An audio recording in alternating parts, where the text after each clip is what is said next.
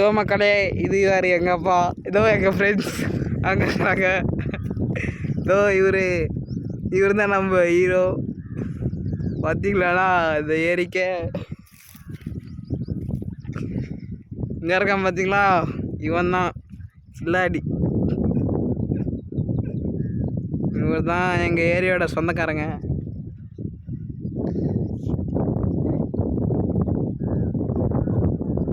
இவங்க எல்லாரும் நம்ம ஃப்ரெண்ட்ஸ்.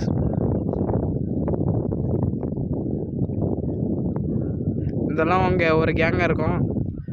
இவர் பார்த்தீங்கன்னா இவர் பேர் டிங் டிங் மணி.